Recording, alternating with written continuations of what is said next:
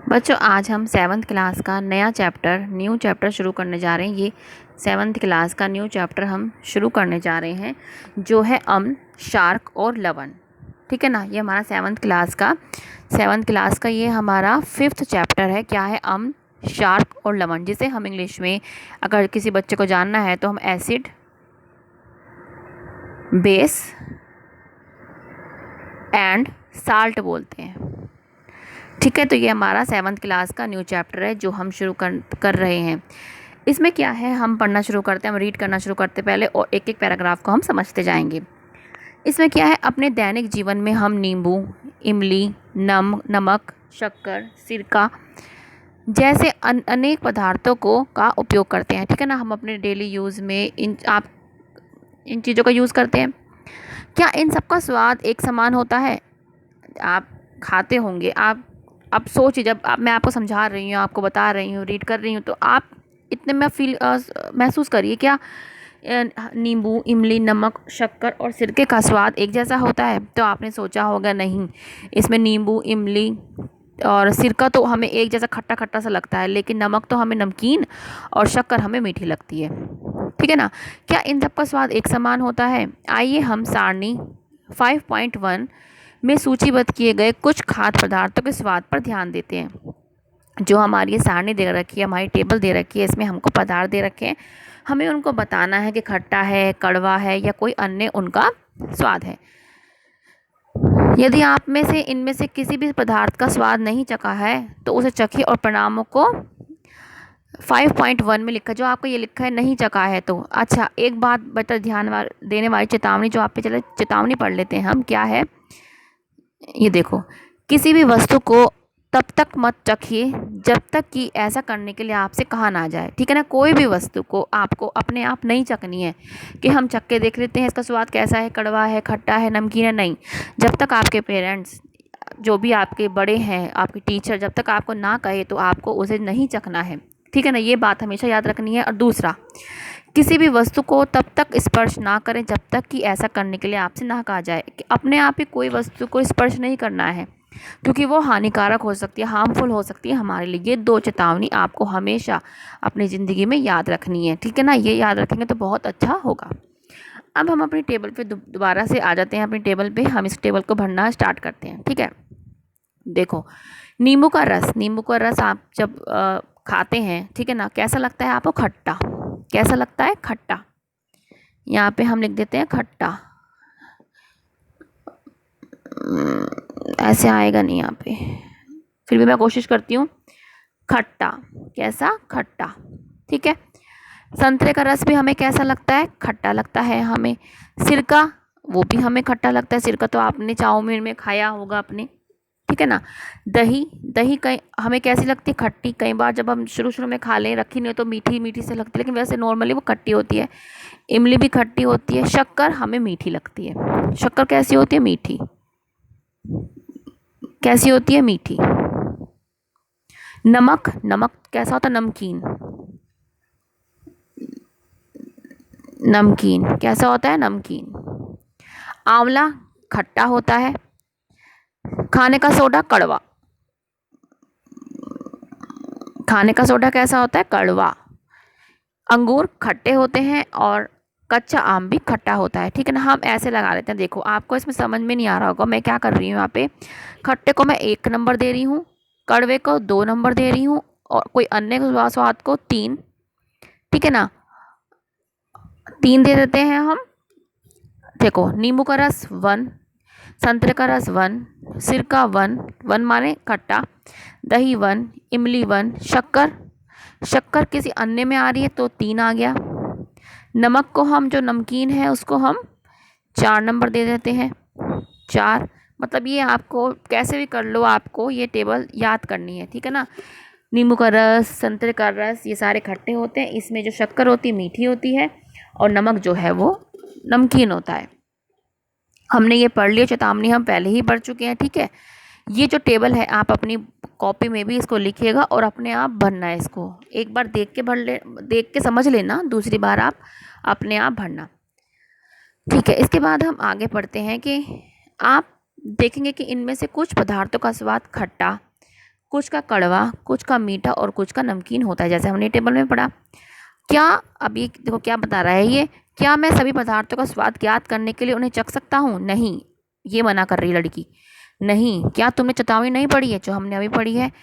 हमें अज्ञात पदार्थों को नहीं चखना चाहिए, ये हमें हानि पहुंचा सकते हैं। ठीक है, तो क्वेश्चन आपका ये आ सकता है कि हमें अज्ञात पदार्थों को क्यों नहीं चखना चाहिए? तो क्यों नहीं चखना चाहिए? क्योंकि वो हमें हानि पहुंचा सकते हैं।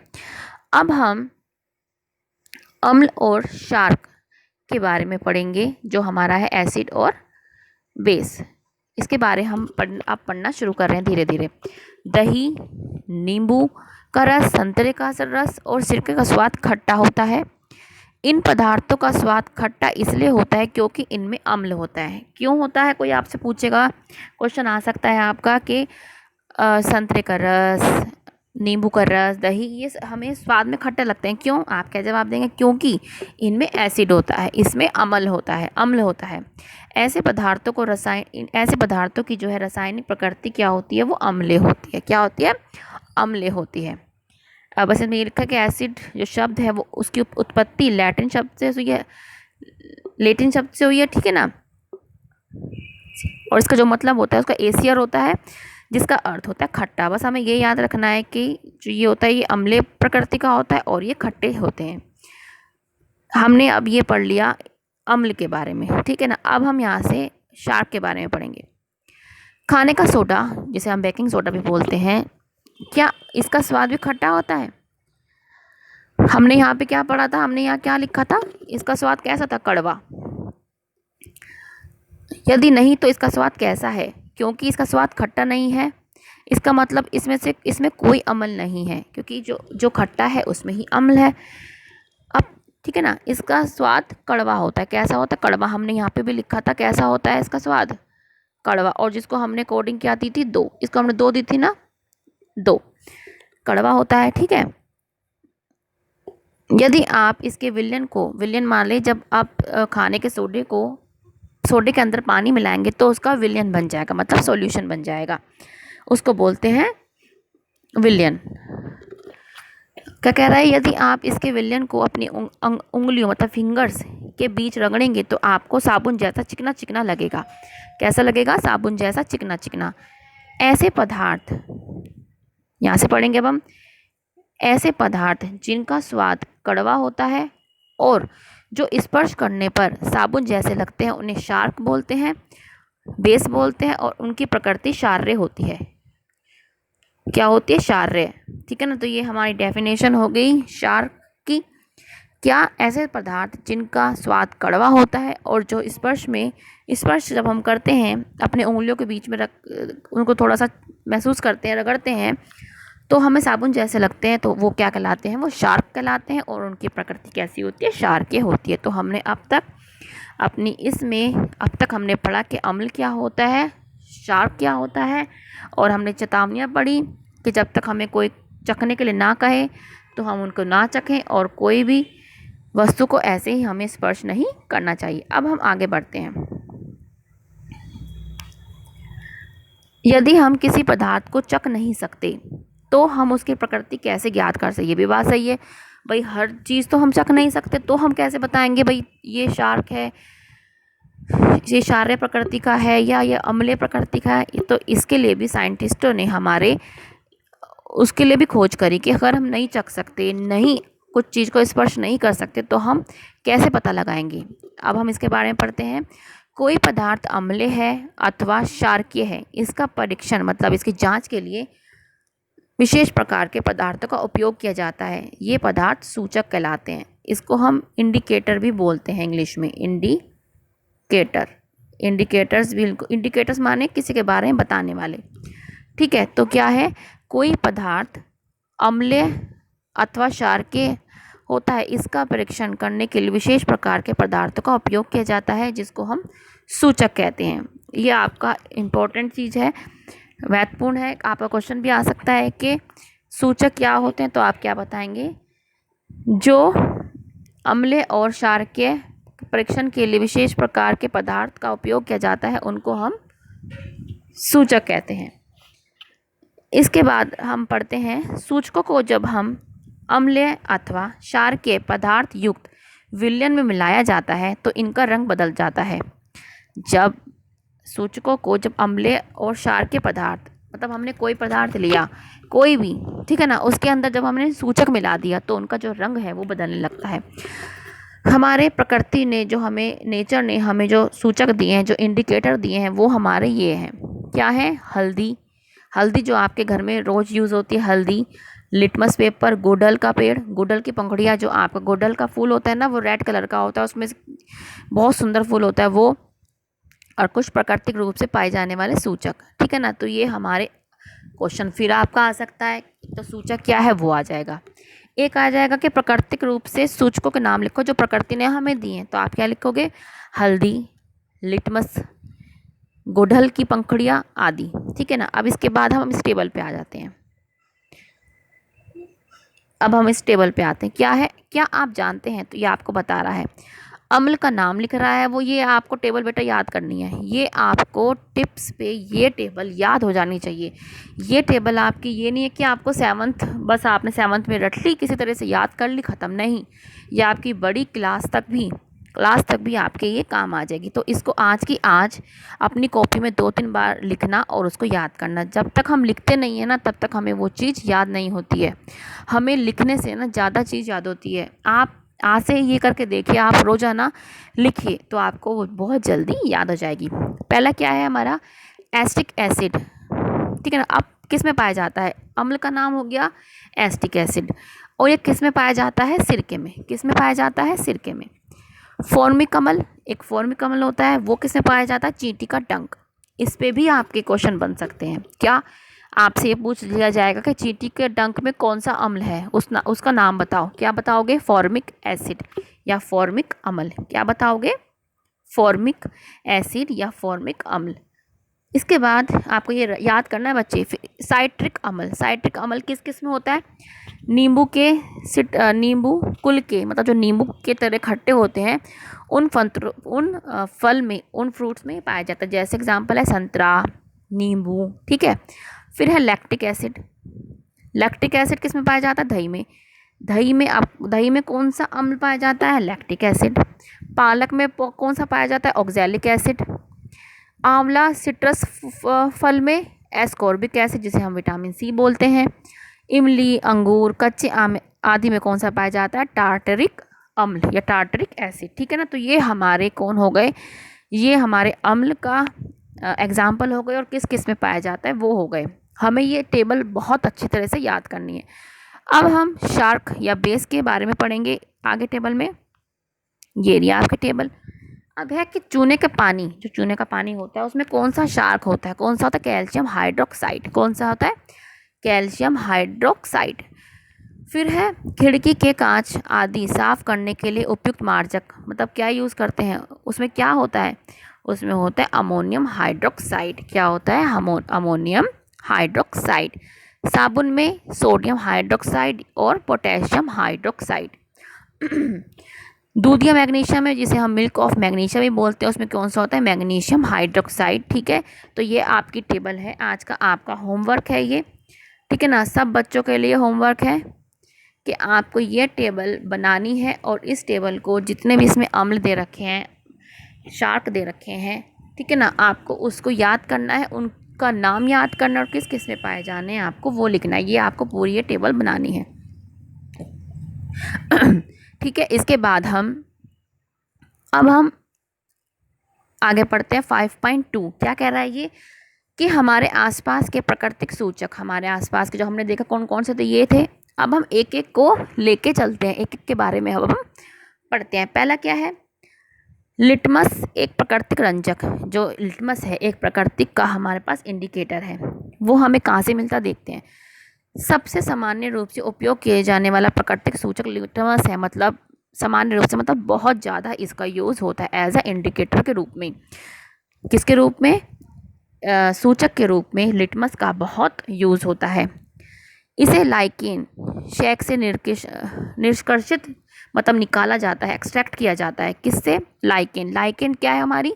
लाइकेन आपने अभी नहीं पढ़ा होगा, आप आगे की क्लास में पढ़ेंगे। ये फंजाई और एल्गी का एक यौगिक होता है, मिश्रण होता है, जो किससे बनता है? एल्गी और फंजाई से। अब आगे की क्लास में पढ़ेंगे, अभी आपको समझ में नहीं आएगा, लेकिन बस आप ये याद रख लीजिएगा कि लाइकेन इन दो से बनता है, ठीक है ना। किससे निकलता है लिटमस? लिटमस कहाँ से प्राप्त होता है हमें? लाइकेन से। क्वेश्चन फिर से मैं कह रही हूँ आपका आएगा कि आपका जो लिटमस है आप कहाँ से प्राप्त करते हैं? लाइकेन, ठीक है ना।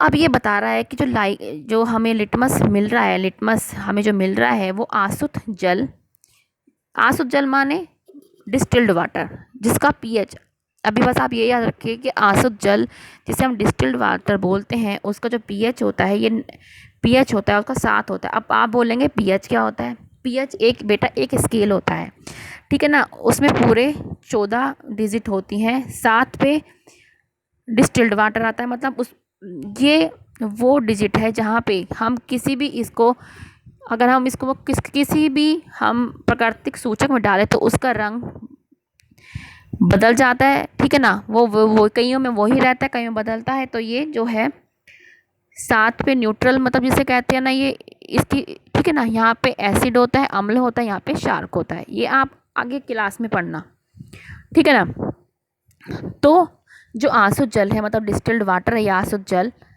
उसका रंग माव होता है। उसका रंग जो कैसा होता है? माव होता है। जब इसे अम्लीय मतलब किसको, जो हमने ये लिटमस का हमने बनाया है, जो हमने एक्सट्रैक्ट किया है लाइकेन से, जब हम उसको किस में डालते हैं? आसुत जल में डालते हैं, जब उसका रंग कैसा हो जाता है? रंग माव जैसा हो जाता है, मतलब नीला सा हो जाता है। जब इसे हम अम्लीय विलयन में लाए जाएंगे, अम्लीय क्या? जैसे हमने नींबू में हमने ये लिटमस को डाल दिया, जो हमने ये हमारा ये बना था, क्या था हमारा ये जो सूचक था, लिटमस जो सूचक था, हमने इसको अगर किसी नींबू में डाल दिया तो उसका रंग कैसा हो जाएगा बच्चों? उसका रंग हमारा लाल हो जाता है। कैसा हो जाता है? लाल। और शार्क विलियन में कैसा हो जाता है? नीला। तो ये आपको ये याद करने वाली बात है कि आपको क्वेश्चन आ जाएगा कि जब आप नींबू के रस में रस में लिटमस का जो आपने लाइकेन से निष्कर्षित किया है, लिटमस डाला है रंजक के रूप में, तो वो कैसा रंग देगा? तो कैसा रंग देगा? वो लाल रंग देगा, ठीक है ना। यह विलयन के रूप में तथा कागज़ की पट्टियों के रूप में भी उपलब्ध होता है। या तो ये विलयन मतलब सॉल्यूशन होता है, लिक्विड टाइप में भी उपलब्ध होता है, या इसके पत्र बना देते हैं। लिटमस पत्र मतलब एक कागज़ की पट्टी पट्टी से बना देते हैं, कागज़ की पट्टी पट्टी से बना देते हैं। पट्टी आपकी ये रही, ये ऐसी पट्टी, या तो ये ऐसी पट्टियों के रूप में हमको मिलता है, ये लाल पट्टी, और ये नीली पट्टी के रूप में मिलता है, या हम इसके एक सॉल्यूशन भी होता है। अधिकतर हम अपने स्कूल्स में क्या देखते हैं? हम ऐसा पट्टी देखते हैं। आप अपने स्कूल में अपने जो लैब होते हैं, लैब असिस्टेंट, लैब सर से आप कह सकते हैं कि सर हमें लिटमस पेपर, हमें लिटमस पत्र दिखा दो, तो वो आपको दिखाएंगे। कैसा होगा? एक लाल होगा और एक नीला होगा, ठीक है ना। यह विलयन के रूप में तथा कागज़ की पट्टियों के रूप में उपलब्ध होता है, जिन्हें हम लिटमस पत्र कहते हैं। यह लाल और नीले पत्र के रूप में उपलब्ध होता है। कौन से रूप में उपलब्ध होता है? 2 में, नीला और लाल, लाल और नीला, ठीक है। अब हम आगे जो हमारी क्रियाकलाप 5.1 है, अब ये हम आगे की क्लास में पढ़ेंगे। जितना आपको अब तक बताया है आप उसको ढंग से याद कीजिएगा। आपको ये टेबल जो है अपने कॉपी में बना बना के देखनी है, ठीक है ना, बनानी है, याद करनी है। और लिटमस पत्र जो आपका प्राकृतिक सूचक है उसके बारे में भी आपको पढ़ना है। और जो आपको इम्पोर्टेंट ये जो चीज़ें हैं, ये जो लाइन लगा रही हूँ मैं, अब जो मैं लाइन लगा रही हूँ ये वाली, इसको, ये वाली आपकी बहुत इंपॉर्टेंट है कि इसका आंसू जल में कैसा रंग होता है, अम्लीय विलयन में किसका कैसा रंग देता है, क्षारकीय विलयन में कैसा रंग देता है। ये आपके बहुत इंपॉर्टेंट नोट्स हैं, इनको आप अपनी कॉपी में लिखेगा। आगे की क्लास के लिए हम आगे क्लास कहाँ से शुरू करेंगे? हम आगे की क्लास क्रियाकलाप या एक्टिविटी 5.1 से हम स्टार्ट करेंगे। अब तक के लिए इतना ही बच्चों। अगर आपको मेरा पढ़ाना, मेरी कोशिश पसंद आई हो तो जो मेरा चैनल है इसको सब्सक्राइब कीजिएगा और ज़्यादा से ज़्यादा बच्चों में शेयर कीजिएगा। मिलते हैं आगे की क्लास में।